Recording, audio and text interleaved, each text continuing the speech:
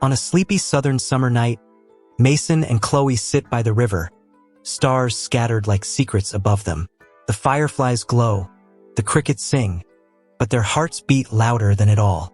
She whispers the truth he's dreaded, and his silence carries the weight of 1,000 unspoken words. Every stolen moment becomes brighter because they know it's slipping away. And when the bus finally comes, love must decide if it can outlast goodbye.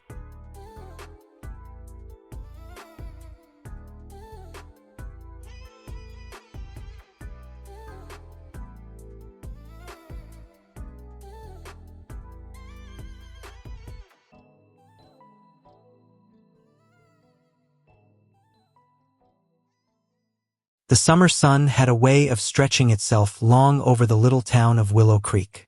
Days rolled slow, like honey dripping from a spoon, and the nights hummed with crickets singing their never-ending songs. Mason was a boy of this town, barefoot more often than not, his hands marked with dirt from fishing lines and fence posts. He knew the smell of fresh-cut hay, the sound of frogs by the river, and the way the gravel road burned under the midday sun. Life was plain, but it was his, and he carried it like an old hat that fit just right. Then came Chloe. She was from the city.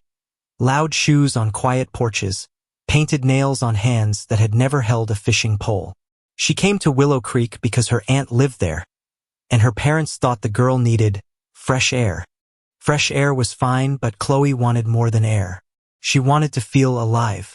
And when she first saw Mason leaning against the old oak tree at the gas station, wiping sweat from his brow, she knew her summer would not be ordinary. Mason didn't speak much that first day. He just tipped his head, a boy's way of saying hello. But in that silence, something stirred. Folks in town said city girls didn't mix well with boys like Mason. But folks in town had never seen the way Chloe laughed, her head thrown back, like every sound in her carried a secret song. Mason felt it, deep and sure, as if the summer itself had brought her just for him. They began with small things. Mason showed her the river, slow and winding, with water so clear you could count the stones at the bottom. Chloe showed him her sketchbook, pages filled with drawings of buildings and lights, places taller than any tree in Willow Creek. He laughed at the strange shoes she wore, and she teased him about never leaving town. But as the days stretched, so did their hearts. They walked the dirt road at dusk, fireflies sparking like lanterns. They sat on the porch swing, the boards creaking beneath them, silence heavy but not empty. Mason told her about his dreams, simple ones like fixing up his daddy's truck and maybe one day owning land of his own. Chloe told him about her city dreams, fashion, lights, crowds that never slept. It was clear they were different as cornfields and skyscrapers. Yet there was a rhythm in their difference, like two songs that somehow blended into harmony. Mason found himself waiting each day for her laugh, for her questions, for the way she wrinkled her nose when the cicadas got too loud. And Chloe, she found herself breathing deeper, walking slower, letting the quiet of Willow Creek seep into her restless soul.